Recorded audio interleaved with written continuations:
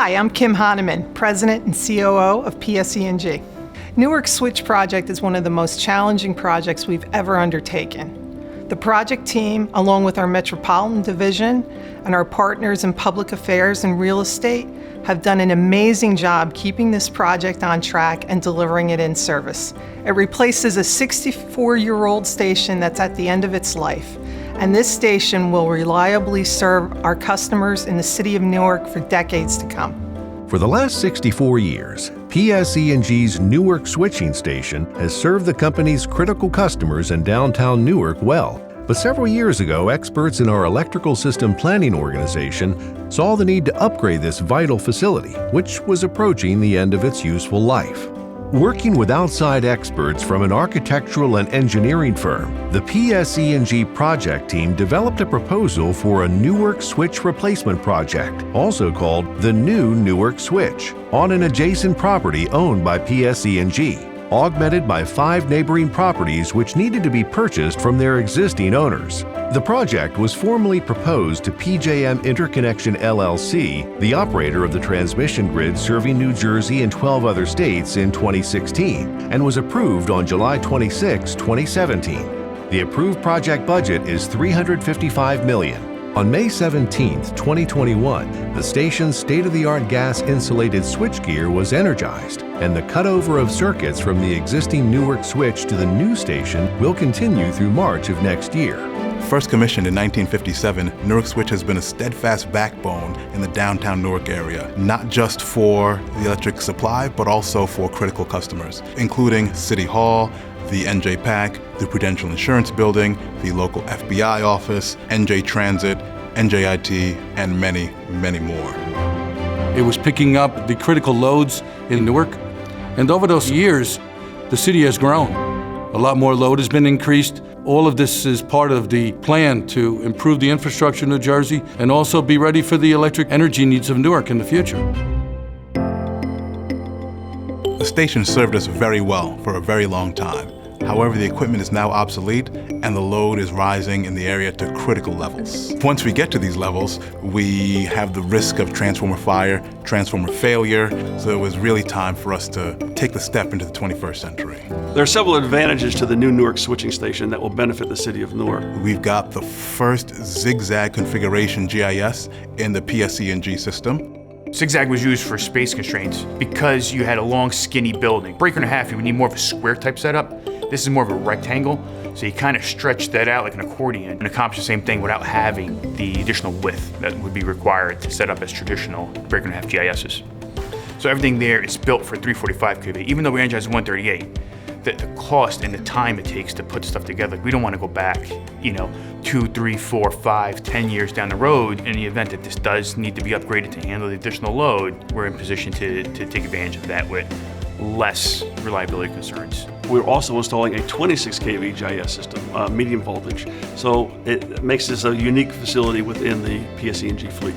We pulled about 20 full reels of cable, somewhere around 5 miles worth of cable with all the different circuits, the transformers. The new station is going to provide a lot of reliability, a lot of investment going into Newark. We're using a Midel fluid instead of the normal mineral oil. It has a higher flash point. Should a fire occur, the smoke emitted from that fire would be reduced by about 66%. We have a dry deluge system where the fire department can just come in, hook right up to it, and flood the compartment without ever having to go inside. And they'll know which one to go to based on just a flashing strobe on the outside. In addition to its creative design, which includes a zigzag configuration to optimize available space, the use of specialized bus equipment to allow for sharp bends in the circuits, and the construction of GIS breakers on a second story, the new Newark Switch project also required a highly disciplined construction sequence to meet its in-service date. For example, the GIS hall had to be constructed in segments, as the Catholic Charities and Positive Healthcare facilities were vacated and demolished,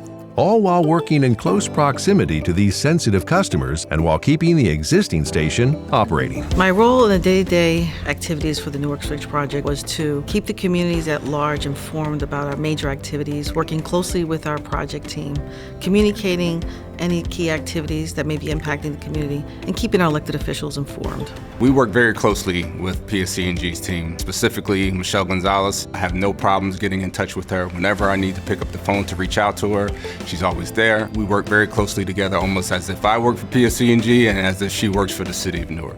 What was really exciting about the Newark Switch project, and especially working for PSEG in this process, was their commitment to social responsibility. There was a very big emphasis throughout the bidding process on how we were going to share the opportunities of our industry with the community that we were building the project in.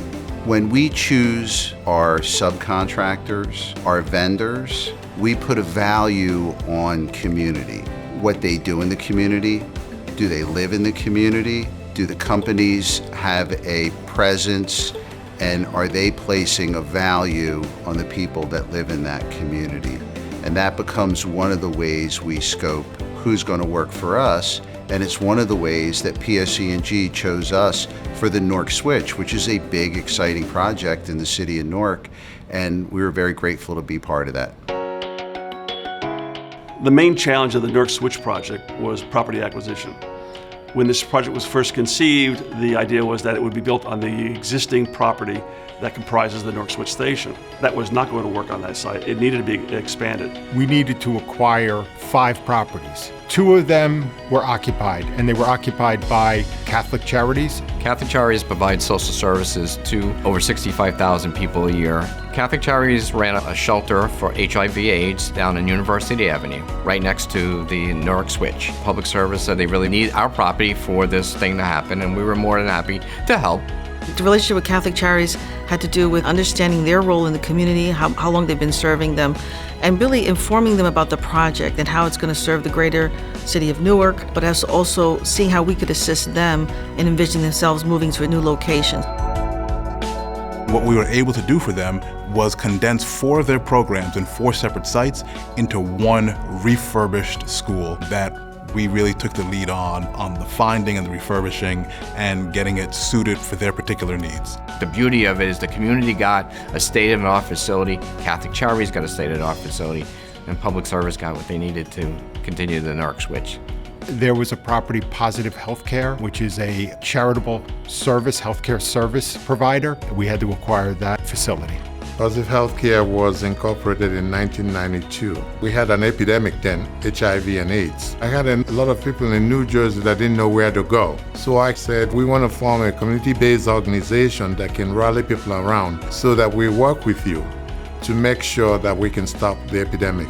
The main challenge dealing with Positive Healthcare was their reluctance to relocate. By getting to know them, building that trust and confidence allowed us to engage in a productive dialogue to support their needs and to provide assistance to help them see a new vision for their facility elsewhere in the project. They were able to agree to sell their property to us. In dealing with the neighbors, although it was challenging, everybody made everything work. My name is Veronica Ray. I am with the Leaguers Incorporated in Newark. We have an early Head Start program where we serve 1,500 children, and we serve 1,300 children between the ages of 3 and 5 that go to preschool. And the other children are served in our early Head Start program, which is birth to age 3. The Leaguers, our challenge there, they didn't initially like the project and wanted to see it happen. We had significant hurdles, but working closely with them, convincing them to some degree that what they're going to be seeing in front of their facility would be really nice. It would complement the community, and to see that PSEG is just trying to provide these essential services and meet the needs of the growing city, but also keep in mind our community partners as good neighbors. As a health and safety professional within the company, my goal is to raise awareness of our #1 core commitment, which is safety. A project of this magnitude is very challenging, but when you throw in the coronavirus situation, it becomes even more challenging. We really closed down the offices, and we really had to work virtual, work remote. On days we've had over 100 workers on site, working in various locations, trying to restrict the spread of COVID. We were tracking cases and making sure that we weren't transmitting virus on site. The few cases that we did have were all traced back and found to be basically personal contact with family members, and they were quickly isolated. During the life of the project, there were only 12 cases of COVID reported in workers. We could not get our hands on the plexiglass to keep our staff safe. PSEG delivered. They brought it right in. We put it up knowing that you can count on your neighbor when in a time like COVID. It was just nice. It was nice. When we approached the zoning board, we approached them with a rendering of the facility as we envisioned it. It was going to be virtually a precast wall around the station. And we said we could either hide this facility in plain sight, or it could be a community focal point. And they opted for the community focal point. We do a lot of architectural work, working for various public agencies, private entities, doing mixed-use development. PSEG, they are looking to select firms to participate in a design competition for this project. And through that competition, we offered our design solutions. And fortunately, OCA was selected. I think they picked the best design to go on that building. I like it. I like the ivy leaves.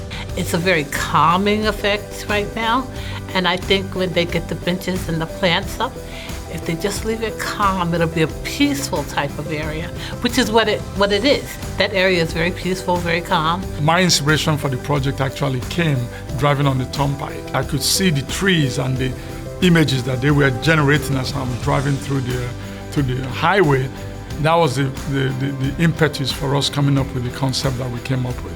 PSEG has been very forthcoming in their desire to work with local artists, as well as local contractors, local people in the community. They've been very willing to take on the challenge of working with the local talent in the neighborhood. So it's going to be nice that it's going to be reflected on this project. The first time we walked in the meeting, Kim Hanneman told us she wants this project to have a gold standard for involvement in the community. And on this project, we had 68 small, local, and some large companies that worked for us. The idea is to leave the community better than when we got there, and a high degree of focus and attention was placed on that. And I believed together with PSEG, we met or exceeded that. Overall, the new Newark switching station will be a modern, state-of-the-art facility that will be a huge boon to the PSEG system. At the end, when this project is completed, I think the city, the community, the businesses as a whole is really going to like it and enjoy it. I expect it's going to be a real success.